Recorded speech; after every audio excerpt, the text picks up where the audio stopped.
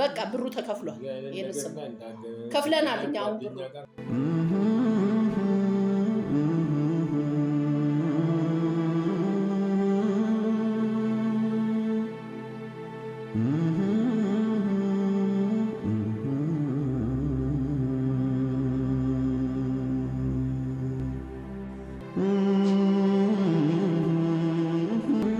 ሰላም የዳጊ ዩቲዩብ ቤተሰቦች እንደምን አላችሁ?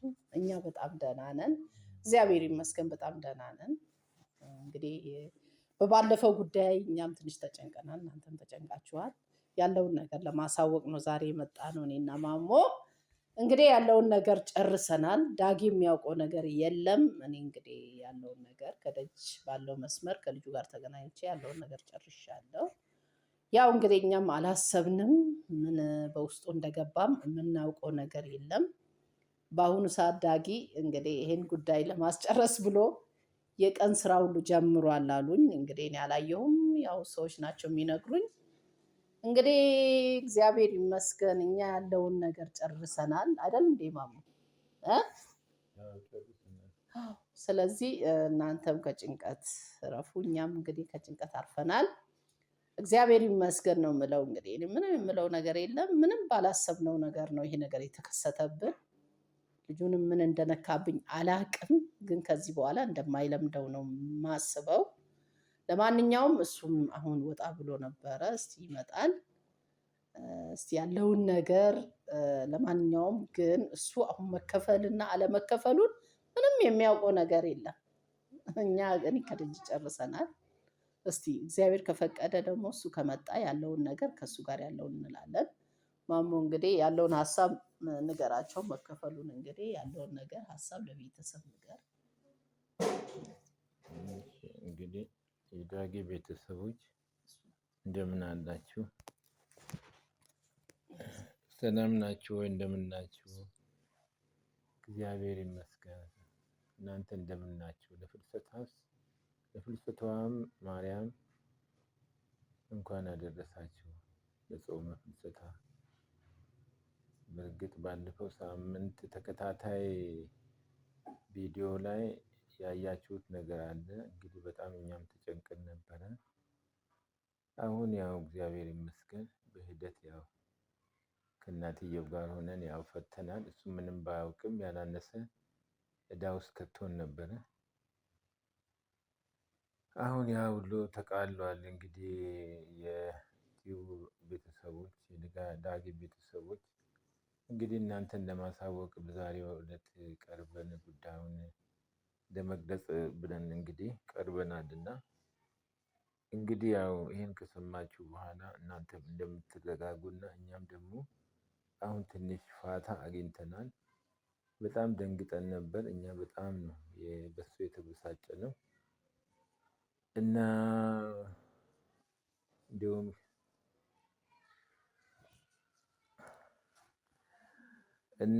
እንደውም ከቤትም ውጣ እስከ ማለት ደርሰን ነበረ። እንግዲህ ያው በሽምግልና በምን ያው ወደ ቤት እንደተመለሰና ጉዳዩን ያው በፍጻሜ አድርሰናል። እንግዲህ እኛም ደግሞ የራሳችንን እሱ ባጠፋው ጥፋት እኛም ያው ባለ ዕዳ ሆነናል። ዕዳ ላይ ወድቀን ነበር። ያው ዕዳውን ያው በምስጢር ያው እሱ በማይሰማ በማያውቀው ሁኔታ እንትን ብለን ጉዳዩን ተቀብለን ያው ወደ ቤት ተመልሰናልና እንግዲህ ቤተሰብ እናንተም እንግዲህ በጣም እንደተጨናነቃችሁ እናውቃለንና እንግዲህ አሁን ሰላም እንደወረደና እሱም ደግሞ እንደውም ውጣ ብዬም አባሬው ነበረ። ያው ሻንጣውን ይዞ በሽምግልና እንደተመለሰ ነው እና አሁን ሰላም ወርዷልና እንግዲህ ለእናንተም ሰላም እግዚአብሔር ይድረሳችሁ እላለሁ። እንግዲህ ይህን ይመስላል የዛሬው ዕለት ይህን ይመስላል። እንግዲህ ቤተሰብ እንግዲህ አንድ ጣቴ ታማለች ብዬ ቆርጬ አልጥላት። እንደዛው ነው። ዛሬም ዳጊ እንግዲህ ልጃችን ነው አባረንስ ወዴት እንዲገባስ እናደርገዋለን? ያው የገዛ ልጃችን ነው፣ ግን ከዚህ ጥፋቱ እንዲማር አንዳንድ ተግሳጾችን አድርገንለታል። እንግዲህ ከዚህ በኋላ ይማራል ብለን ነው የምናስበው። አሁን እሱም ያው እንግዲህ መከራ ምን እንደሆነ ስቃይ ምን እንደሆነ አይቶታል ብዬ አስባለሁ። እንግዲህ ይህን ገንዘብ ለመክፈል ብሎ ነው እሱ የቀን ስራ ጀመረ። አዎ ስራ መስራት አስፈላጊ ነው። የስራ ትንሽ የለውም። ስራ መናቅም አያስፈልግም። የተገኘውን ሰርቶ መለወጥ ያስፈልጋል እንጂ አንድን የሰውን ነገር ወስዶ ለራስ መጠቀም አስፈላጊ አይደለም። ስለዚህ ግን ለማንኛውም እኛም እሱን በማያውቀው መስመር ነው እኔ ያለውን ነገር የጨረስኩት። እስቲ እግዚአብሔር ያውቃል። እንግዲህ ከመጣ ያለውን ነገር በእናንተ ፊት አሳውቀው ነው። እስቲ ያለውን ሀሳብ እናያለን። እንግዲህ ከዚህ በኋላ ይለምደዋል ብዬም አላስብም። አይለምደውም። ከዚህ በፊትም እንዲህ ነገር አያውቅም ነበረ። ምን እንደለመደብኝ ላውቅ አልቻልኩም። ነገር ግን አሁን ግን በራሱ ያው ስራ ሰርቶ ውሎ ነው የሚገባው። ብዙም እንደ በፊቱ አንገቱን ደፍቶ ነው ያለው፣ እንደ በፊቱ አይደለም። እንግዲህ ከዚህ በኋላ ይስተካከላል ብዬ እኔ ተስፋ አለኝ። ይስተካከላል። እንደዚህ አይነት ባህሪ ከዚህ በፊት የሌለበት አሁን እንግዲህ ውሎም በእርግጥ እኔ ያው ብዙ እንዲህ አይነት የወጣ ባህሪ ስለሌለው አልከታተለውም። ግን አሁን ከዚህ በኋላ ለእኔም ጥሩ ለበጎ ነው። ነገሮች ሁሉ ለበጎ ሆነዋል። ሁኔታውን አይቻለሁ። ከዚህ በኋላ እኔም መውጫውና መግቢያውን መከታተል እንዳለብኝ ነው የማስበው። አንዳንድ ምክሮችንም በኮመንት ያሉ ሀሳቦችንም ግለጹልን። እንግዲህ ይማራል ብዬ ተስፋ አደርጋለሁ። ያለውን ነገር እሱ ሲመጣ ደግሞ ከእሱ ጋር ያለውን ነገር እናያለን። ቤተሰብ እኛም ነፃ መሆናችን በጣም ደስ ብሎናል። ስለ እውነት ነው ብዬ መናገር አልችልም። ከዛም ከዚህም ብለን ሁሉንም ሸፍነናል። ከዚህ በኋላ እንግዲህ እሱም በእኛ ጭንቀት በጣም ተጨንቋል። እኔም በጣም ተጨናንቄ ትንሽ በጣም እንትን ብሎኝ ነበር። ግን አሁን እግዚአብሔር ይመስገን ሁሉም ነገር አልቋል። ያለውን ነገር ደግሞ ከእሱ ጋር ያለውን ነገር እናያለን። እስኪ ምን ደረጃ እንደሚደርስም ደግሞ መጨረሻውን እግዚአብሔር አምላክ ያስተካክልልን። ከዚህ በኋላ እናንተም ከኛ ከጎናችን ናችሁ፣ አትለዩን። እንግዲህ እግዚአብሔር ይስጥልን። በጣም አመሰግናለሁ። ያለውን ነገር አብረን እናያለን።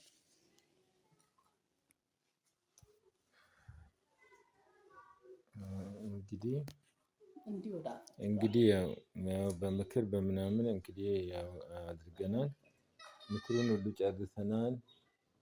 ሁሉን ነገር አድርገናል። ምክርም ሰጥተናል። ከዚህ በኋላ ከአጉል ጓደኛ ጋር አለመግጠም፣ ራስን ማስገዛት፣ ትዕግስተኛ መሆን፣ ከቤተሰብ ጋር መመካከር፣ አንድን ነገር ከማድረግ በፊት ከቤተሰብ ጋር መወያየት፣ መመካከር አስፈላጊ ነው። አሁን የዘመኑ ሂደት ነው ይሄ።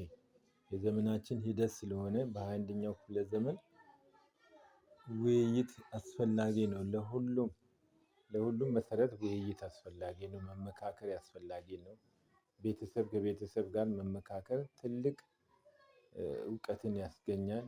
አንዱ የአንዱን ፕሮብሌም ምን ችግር እንዳለ ተረድቶ ለማቃለል ቤተሰብ ይችላል እንጂ በራስ ተነሳሽነት የሚደረግ ነገር ሁሉ ወደ ጥፋትና ወደ መጥፎ ነገር እንደሚያስኬድ መገንዘብ እንዳለበት ይህን ሁሉ ጭብጥ ሰጥተናል። እናንተም ደግሞ ቤተሰቦች ይህን ደግሞ አሁን እኛ የሰጠነውን ሀሳብ ከግንዛቤ በማስገባት ያላችሁንም ሀሳብ በኮመንትም ቢሆን እንድጽፉና ጥሩ ምክሮችን በጎ ነገሮችን ጽፋችሁ ለወደፊቱ ትምህርት የሚሆነውን ለዘለቄታ ትምህርት የሚሆነውን ነገር እንትን ብትጽፉና እኛም ደግሞ በእናንተ ደስተኛ እንደምንሆንና እናንተም ደግሞ ቀጣይ ደግሞ ከኛ ጋር በሱ ቤተሰብ እንደምትቀጥሉና ለእኛም ደግሞ ጥሩ እንደሚሆን ሂደት እንደሆነ ስለምንገነዘብ ይህን ነገር ኮመንቱን በጥሩ ሁኔታ እንዲሰጡ እያልኩኝ ደግሞም በተጨማሪ ሰብስክራይብ በማድረግ ሼር በማድረግ እንዲተባበሩ በእግዚአብሔር ስም እንጠይቃለን። ይህን ሀሳብ ሰምታችሁ ሰብስክራይብ እንድታደርጉ እንጠይቃለን። መሰረት እንግዲህ ዳጊ እየመጣ ነው። ያለውን ነገር ዳጊ ጋር እናወራለን። እሱ ግን ምንም የሚያውቀው ነገር የለም። እስቲ ያለውን ነገር ነገር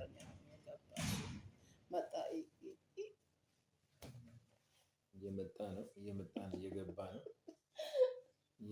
እየሮጠ ምን መስሏል እንዳለ በሀሳብ ብቻ ከሷል።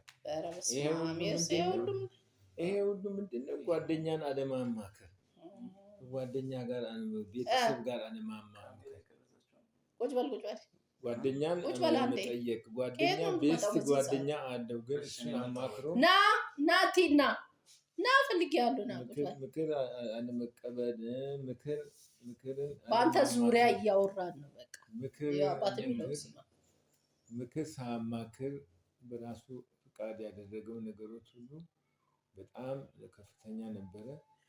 እኛም ራሱ በጣም ተበሳጭተን ነበረ፣ ተናደን ነበር። ቤተሰብ እንግዲህ ያው የሆነው ሆኗል።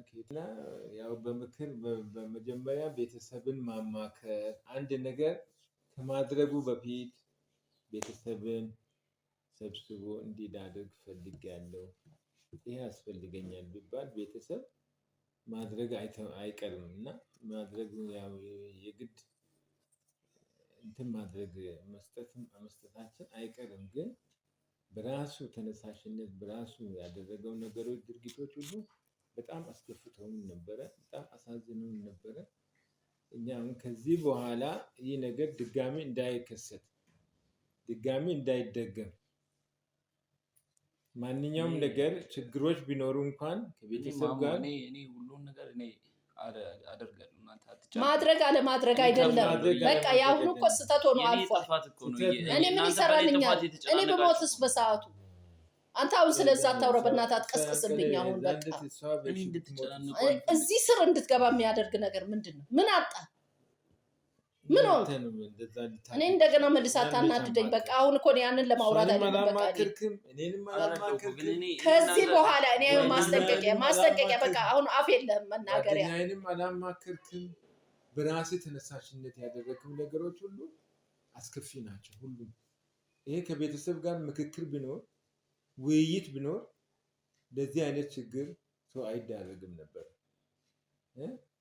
እንደ ሂደቱ በሂደት የሚያስፈልገውን ነገሮች አንድ በአንድ ሰው እየቆጠረ ማስተካከል የሚችልበት ሂደት ነበረ። ያንን ምክክር ሳታደርግ በራስ ተነሳሽነት በማድረግ ለከፋ ችግር ታዳርግ። እኛንም እኔ አሁን የምላቸው ነገር እኔ ኬትም ሰርቼ ኬትም ብሩን አምጥቼ ከፍላለሁ። እናንተ በእኔ ኬዝ አትጨናነቁ። መክፈል አለ መክፈል ብቻ አይደለም። ከዚህ በኋላ እንዲህ አይነት ነገር እንዳይከሰት በቃ አልፈልግም። እኔ እንዳይደገም እኔ ከዚህ በኋላ አቅምም የለንም እኛ አንተን እንትን የምንልበት።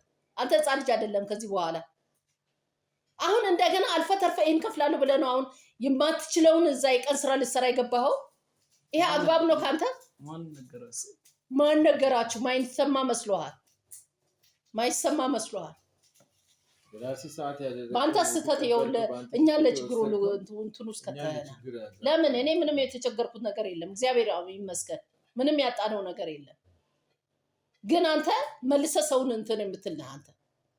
ከዚህ በኋላ ምን አጣህሽ? ምን የሆንከው ነገር አለና ነው? እሺ አንተ እንደዚህ ለዚህ ደረጃ ይበቃኸው? እኔ ነግሬሃለሁ። ይሄ መጨረሻ አውቃለሁ። ያደረኩት ነገር በጣም ጥፋት ነው፣ አምናለሁ። ጥፋተኛ ነው። ደግሞ ኬትም አምጥቼ ብሩን ከፍላለሁ። እናንተ ደግሞ አትጨናነቁ። ሰርቼም ቢሆን ምንም ስራ ሰርቼ አመጣለሁ ገንዘብ። ያ ገንዘብ ስላስፈለገኝ ነበር እንደዛ ያደረኩት። ግን ኬትም ትላለህ። እስከ መቼ ነው ቀጠሮ? ልጁ ባለፈው እዚህ እንዴት እንደሆነ አላየህም? ሲያፋጥጥ ነበር አይደል? አውርተናል። አሁን በቃ እኮ አሁን ማውራት አለማውራት እኛ ምንም አይመለከተንም። በቃ እኛ አሁን ያለውን ጉዳይ ጨርሰናል። ይሄንን ወቅ ከዚህ በኋላ ሁለተኛ በእንዲህ አይነት መልክ እንዳላገኝ ማስጠንቀቂያ። በቃ ብሩ ተከፍሏል። ይሄንስም ከፍለናል። እኛ አሁን ብሩ ከፍለናል። ከፍለናል። ከመጣበት መጥቶ ተከፈለ። በቃ ከየትም ይሁን ከየትም ተከፈለ። በቃ ለምንድን ነው የምትጨናነቁት? እሺ በኔ ከዚህ በኋላ በቃ ከፈለ። በቃ ድርጊት ውስጥ እንዳትገባ ራስህን ሳይለንት አድርግ። ሳይለንት ሁሉም ነገር ይቅርታ አጥፍቻለሁ። በቃ ተነስ ተነስ ተነስ ተነስ ተነስ ተነስ በቃ አሁን በቃ ተነስ ተነስ በቃ በቃ ተነስ። እሺ አሁን ትተናል። ስህተቱማ ከባድ ነበረ። ትተናል። ይቅር በእግዚአብሔር ብለህ አንተ ስህተትን ካወቅ በቃ ትልቅ ሰው ነህ አንተ። ስህተትን የሚያውቅ ሰው ትልቅ ሰው ይባላል። ስህተቱን አውቆ ከዚህ እንዳትደግመው፣ ስህተት እንዳይደገም፣ ጥፋት እንዳይደገም ተነስ በቃ አሁን ተነስ። ትልቅ ሰው ነው የሚባለው። እሺ ተነስ በቃ። ስህተትን ሳያውቅ ይቅርታ የማይጠይቅ ሰው በቃ ተወው በቃ እኮ እዛ እንትን ብላል። በቃ እሺ ተነስ አሁን ተነስ በቃ ተነስ ተነስ ተነስ በቃ እሺ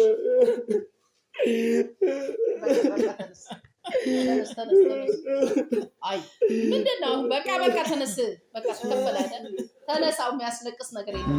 ወደፊት እንደዚህ አይነት ነገር ሌላም ነገር እንዳይመስል በቃ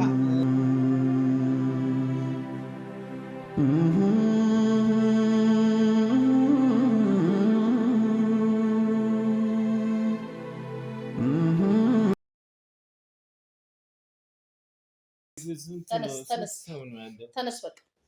አይልመድ ከዚህ በኋላ እንዳይለምድ ከዚህ በኋላ ጨርሰናል። በቃ ከፍለነዋል። ያለንን ነገር ተረክበናል። በቃ አትጨናነቅ።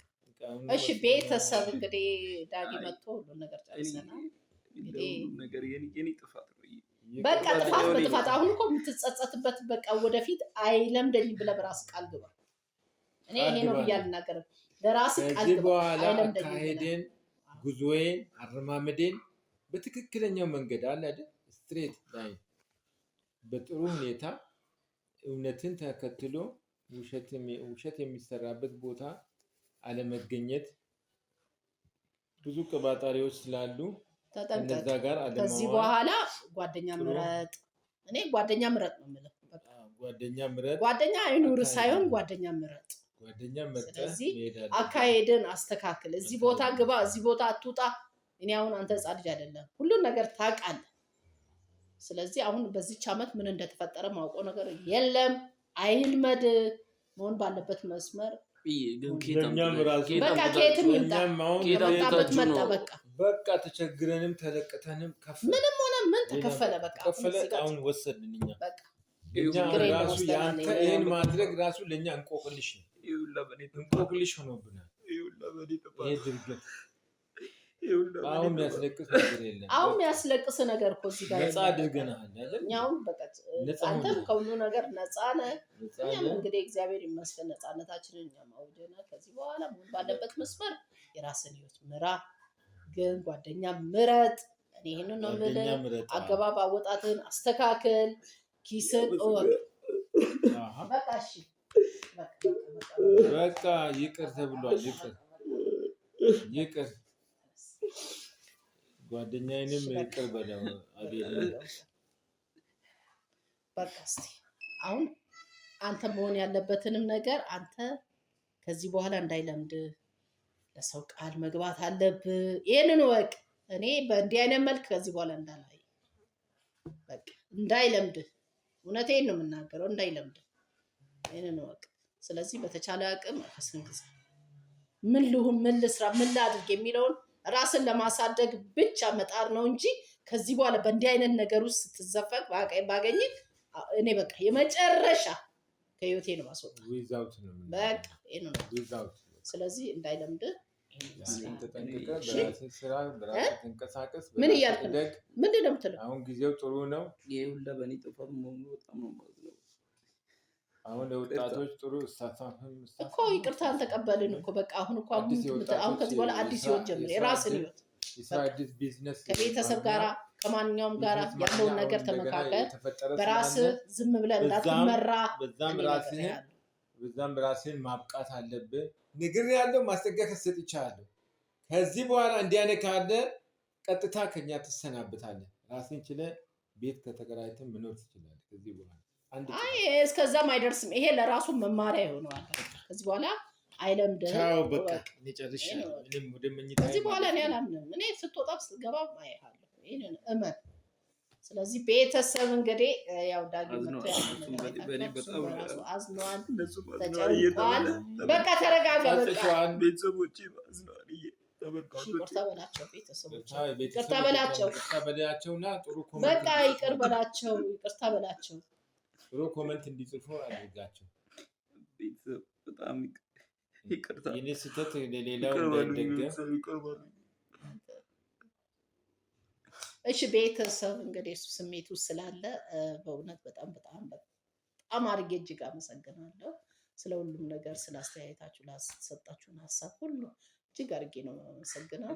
እውነት ይህ ነው ብለን መናገር አንችልም። ከኛ ጋር ናችሁ በሁሉም ነገር።